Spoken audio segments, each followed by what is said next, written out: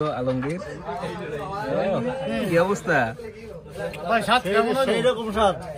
এই যে এসছে দোকানদার, ঠিক আছে, এই দোকানদার এই যে দোকানের বিষয়টা একটু দেখাই। এটা হচ্ছে রাস্তার পাশেই, সেই জায়গায় ছোলা মুড়ি পাপড় এগুলো বিক্রি করে।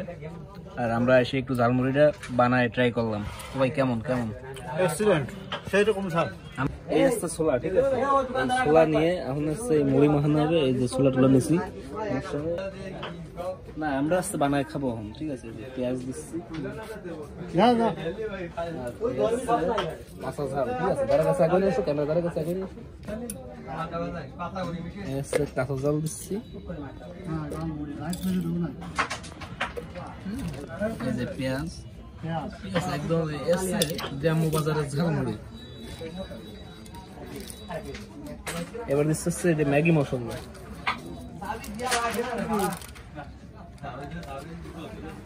এটা হচ্ছে সেই বিশেষ মুড়ি, দেশি মুড়ি। হ্যাঁ, দেশি মুড়ি দিলাম। এখন হচ্ছে ঝালমুড়িটা কমপ্লিট হয়ে যাবে, ঠিক আছে। গোটা শুরু হয়ে গেছে।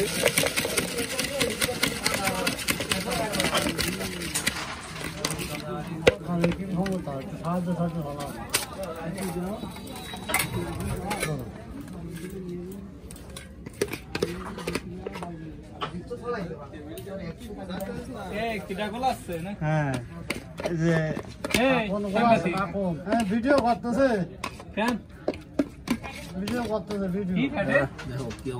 ভিডিও ভালো করে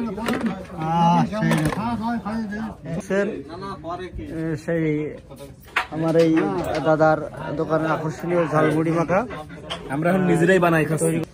সৌরভ ওরপে কাকন, সেই রকম স্বাদ না সৌরভ? হ্যাঁ, ক্যামেরা ক্যামেরা ঠিক আছে, নাও। এই যে আমাদের ক্যামেরা এত সময় ছিল আলমগীর। কি অবস্থা? এই যে এসছে দোকানদার, ঠিক আছে, এই দোকানদার এই যে দোকানের বিষয়টা একটু দেখাই। এটা হচ্ছে রাস্তার পাশেই, সেই জায়গায় ছোলা মুড়ি পাপড় এগুলো বিক্রি করে। আর আমরা এসে একটু ঝালমুড়িটা বানায় ট্রাই করলাম। ভাই কেমন কেমন? আমি যদি ঝালমুড়ির দোকান দিই তাহলে কিরম সেল হবে? ভাই ঝালমুড়ি দোকানদার দরকার নাই, কারণ মাই ছেলেদের ভিড় হবে প্রচুর।